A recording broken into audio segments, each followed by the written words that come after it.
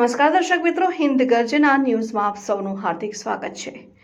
ગુજરાતનો national highway number 48 જે વડોદરા શહેરથી પસાર થાય છે। વડોદરામાં તે નેશનલ હાઈવે નંબર 48 પર આવેલ આજવા બ્રિજ પર એક ગંભીર અકસ્માત સર્જાયો હતો। પ્રાપ્ત માહિતી અનુસાર વડોદરામાં આવેલ આજવા બ્રિજની નીચે એક ટ્રક અને એક બાઇક વચ્ચે અકસ્માત થયો હતો।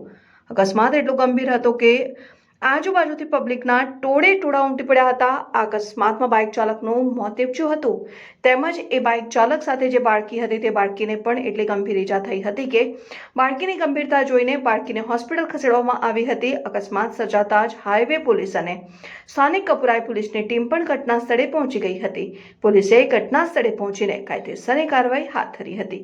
બ્યુરો રિપોર્ટ, હિન્દ ગર્જના ન્યૂઝ, વડોદરા।